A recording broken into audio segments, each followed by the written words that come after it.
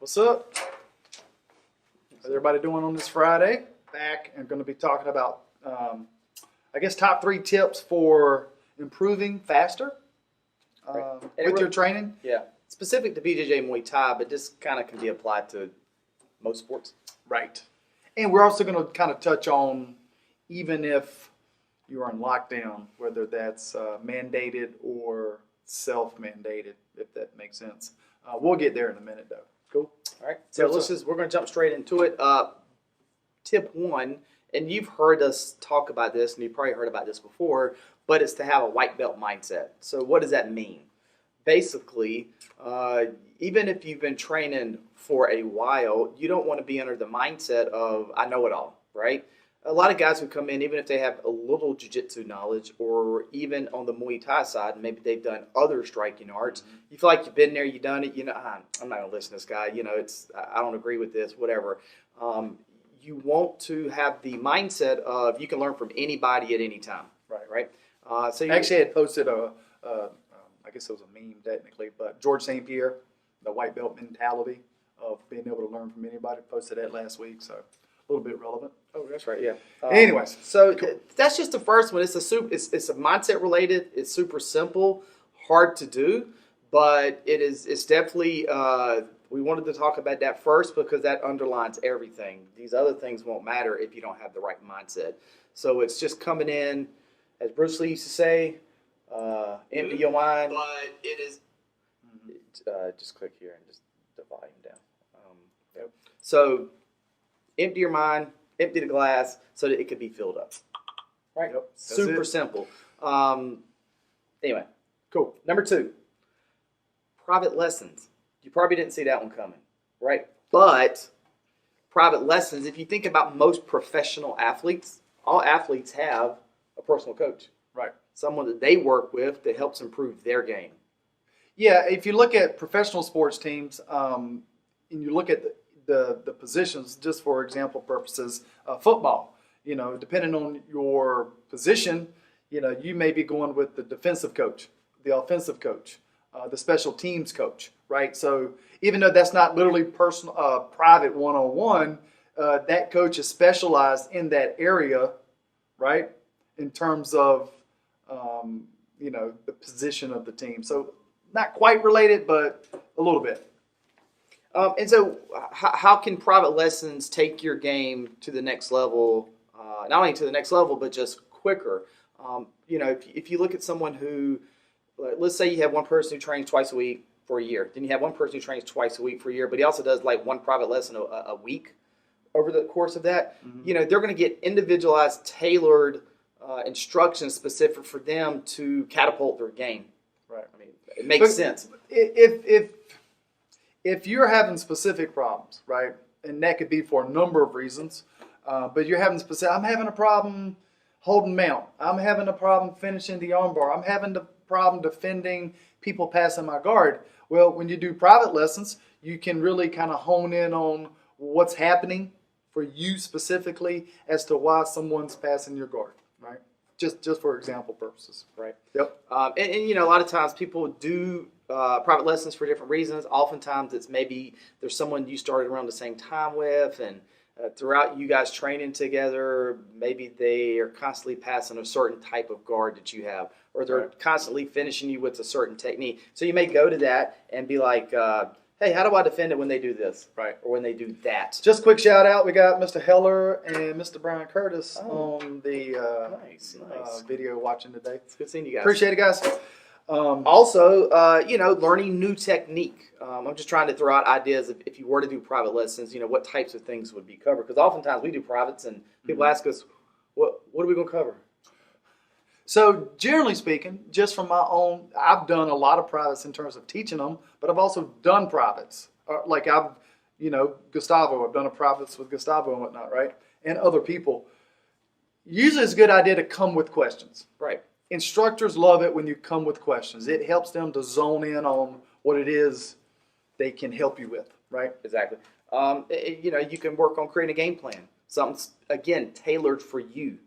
So that is number 2, is basically taking, go ahead. Private lessons, Right. because again, you want to look outside of what you do. What are other people doing in similar niches? Again, i.e., basketball, football. These professional athletes, they don't just go play games. Right. And we're going to touch on that towards the end there. We will. But we'll, yeah. But We got Mr. Junior Ortega joining my. us today. I'm nervous. What's now. up, Junior? I'm nervous. So again, have the white belt mindset, private lessons, and then number 3 is to take a proactive role in your learning process. What does that mean? Well, we're going to dive a little bit into specifics, but you don't want to Come to class, just go through the motions. exactly. Right. So when you come to class or you train, it doesn't even have to be an official class. It could be an open mat session. Right. Right, when we're allowed to have an open mat session. But it could be any time that you're physically training on the mats, there's an opportunity to take a proactive approach to your training. Again, whether that's an instructional training or that's just a live, open, rolling session kind of training, right? And what do we mean by that? Well, let's back up and say, look, just how do you get better faster? You do more of it, right? People always ask, how do I get better? Train more. Train more. Just frequency is the first one, And now again, you want to be smart about it. You don't want to injure yourself and then have to take a month off, and that's going to delay your process. Mm-hmm. We've always been adamant about saying be consistent, right?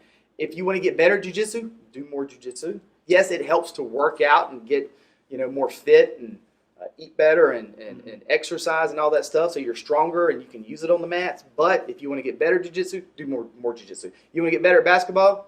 Play more basketball. Play more basketball. You want someone to And guide actually, you. yeah. But anyway, so just basically train more. And the other thing that we want to point out too is again going back to when you come to class, take that proactive role in the sense of have a goal in mind, have a something you're trying to work on. Try to. There should be no downtime. Like when we're telling you instructors hate it when we set the clock, we just shown a technique, grab your partner, go drill it. People do it twice, and then they sit there watching everybody else. What are you doing? Like you're not going to get better doing it twice, right? So take a proactive role, maximize every second, every minute that you have on the mat, and maximize what you're doing outside of class. Last time I checked, all of our students don't do this for a living. So by default, they're limited to the time they can be on the mat.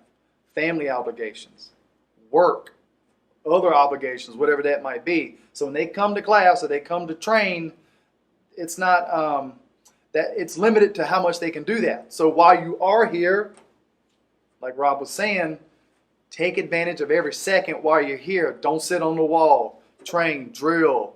Don't stop until the instructor tells you to stop. That kind of thing. Exactly. Right. And start to the more you think about it, the more you're going to be actively engaged in what ifs and how does this work. And when you want to learn a new language, what do?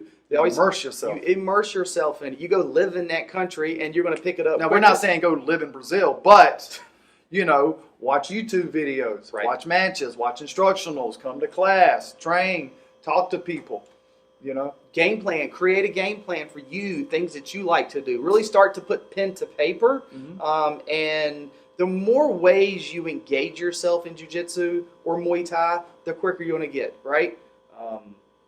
Anyway, so we have a couple of bonus ones, so stick around. But 3. Get into the game. Okay. Talk a little bit about it. Yeah. So the 3 again are have a white belt mindset. Mindset has to be first and foremost, right? Private lessons. That will catapult you. You're going to go far above and beyond quicker if you start doing private lessons. And take a proactive approach to your training. And again, there's a multitude of things that fall under that category. But those are the 3 things, in our opinion, that will help you get better quicker, whether it's Muay Thai, Jiu-Jitsu, doesn't matter. Right. Now, with that being said, bonus.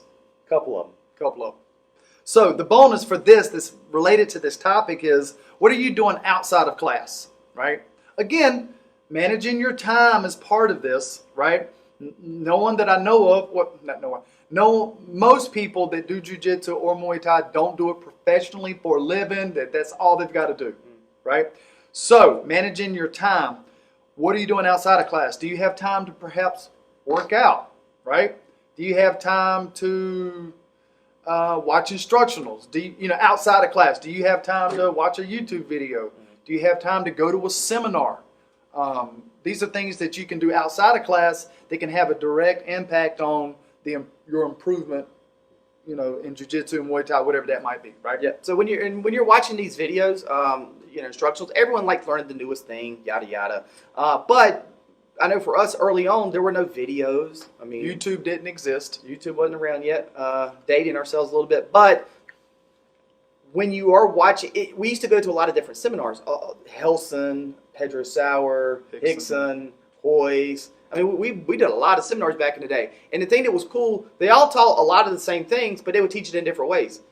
One might even teach it the same way, but maybe how they verbalize it was different. And for you, it clicked, right? So most instructors are cool with you learning from different people. Again, how we teach, we have a different teaching strategy than other people. And maybe you click better, maybe it just hits you. And then sometimes I could teach you something today, and then a year from now, and you don't get it now. But in a year from now, I could teach you the exact same way, and for some reason it clicks then, right? So sometimes just depending on the journey, the point within your journey you're at, you may not pick up on things. But point being is, when you're watching YouTube videos, make sure the second piece to that, not only than just the way people explain could be different. You might pick up on it that way. The second component to this is let's talk about competition footage. A lot of people go online to YouTube and watch competition footage. Don't watch it for the mere sake of entertainment. Same thing if you're sitting in class.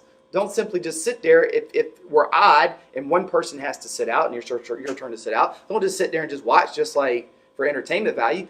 Watch to actively engage your brain to pick up on what those people are doing. Try to predict what their next move's going to be or what you think they're going to do based off how they're moving their hands and their hips, and really take a proactive approach in doing that. Right. Well, thank you, Ben Carey, Mr. Barry, for joining us today. Thank you, guys.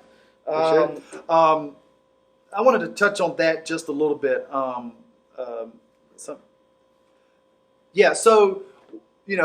For the example of going on to YouTube, for example, and watching video. Now, for some people that are maybe really brand new, maybe watching the competition footage isn't the best thing because they don't know what's going on.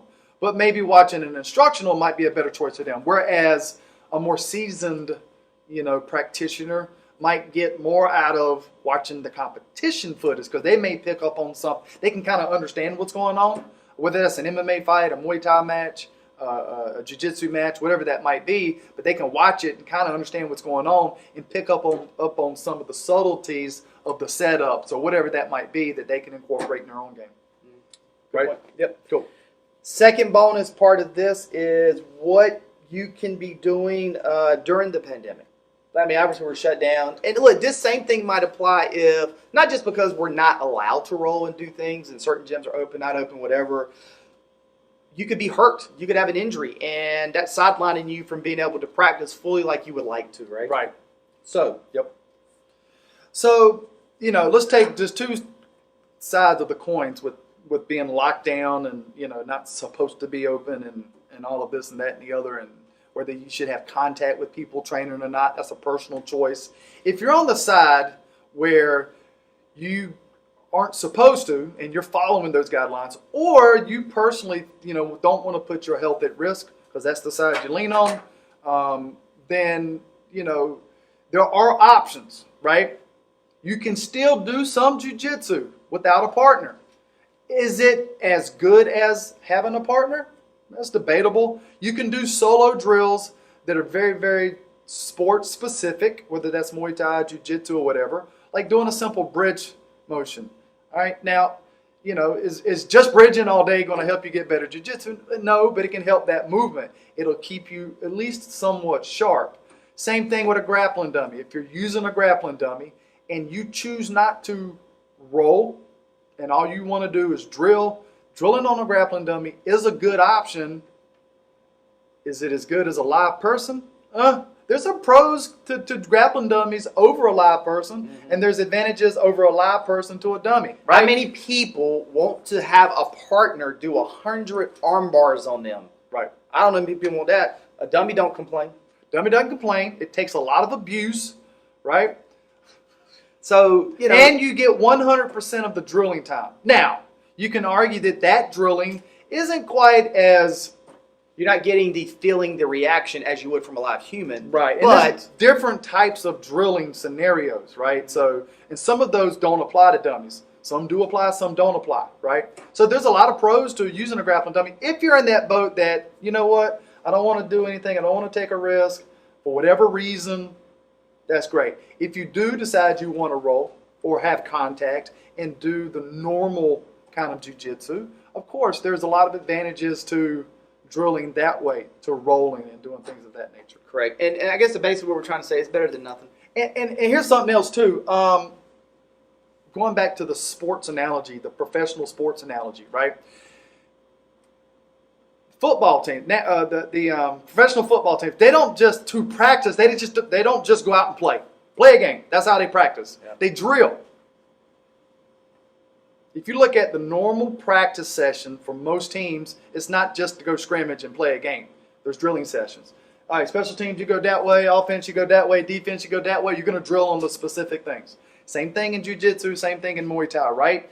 You drill those specific things, scenarios, whether it's a technique, whether that's combining a couple of techniques together, whatever that might be, drilling and movement drills are very important and can be just as important as just rolling, right? We have a lot of adults, and all of them just want to roll. I just want to roll. That's cool, but maybe you ought to, especially if you have no experience, just minimal experience. Minimal experience. It's kind of maybe that drilling is the better way to go. To be honest with you, right? You have to have some kind of some level of technique. With all these virtual classes we've been working a lot on arm bars, like just top stuff, and I can see it for those people that chose to jump in on the virtual stuff. I've seen a big improvement in their top position just because they've been drilling it so much for the past 3 months. Right. Now, will that directly translate to a live situation? Yes and no. They're not going to hesitate on what to do. They may not be used to the reaction because they haven't felt someone react. You know what I mean? But they're definitely going to be sharp on the movement itself. Right. So, and also too with professional athletes and teams, sports, where they play at certain times of the year, the off season, i.e., the pandemic time, they don't just sit around and do nothing. They don't sit around and eat Cheetos and chill for 4 months. You know what I mean? They stay in shape. They stay in shape, and they're probably still working on their skills, their skill sets. Just because they're not out with their teammates doing whatever, they're still working. Right. So anyway, let's leave them with a quote. What you got? This one. Did you? I don't know if you heard that somewhere, but the quote is this. Oh yeah. Winners do what the losers don't want to. What? So in other words, that means making a decision to stay in shape, to try to work out, even if that's 2 to 3 times a week, right? To do the drills that'll keep your skills sharp. For sure. Basically, instead of just taking all the time off. If you guys have any comments, well, we got more people jumping on. What the world? We got Tim Tran, Boo Holbrook. We're at the tail end, guys. But how about we do a real quick summary? You can kind of just go through the top 3 tips and a little bit of the bonus, and we'll leave it at that. All right, guys. So again, the 3 tips that we wanted to kind of mainly talk about was having that white belt mindset, private lessons, and taking a proactive stance in your learning process. Those are the top 3 things if you wanted to kind of grow quicker in a given art. All right. The bonus things were what are you doing outside of class? What kinds of things can we be doing outside of the gym in order to grow and to get better quicker? All right. And then the second part of that bonus was what can you be doing during the pandemic? So during times like this, whether you're hurt, whether you're not allowed to train, whatever the case is, what kinds of things can you be doing to get better? Right. So those were the big points. I'll tell you one you can't do. Go for a walk in the woods. I don't know how much that's going to help with your mat. Maybe. I mean, it's better than sitting on. I'll take that back. It's better than sitting on the couch. That's right. Get out. Go for a walk. That's good. Maybe you should do a few push-ups and sit-ups too, though. Some squats, some air squats. Some air squats. Anyway, thank you guys. We appreciate you jumping on.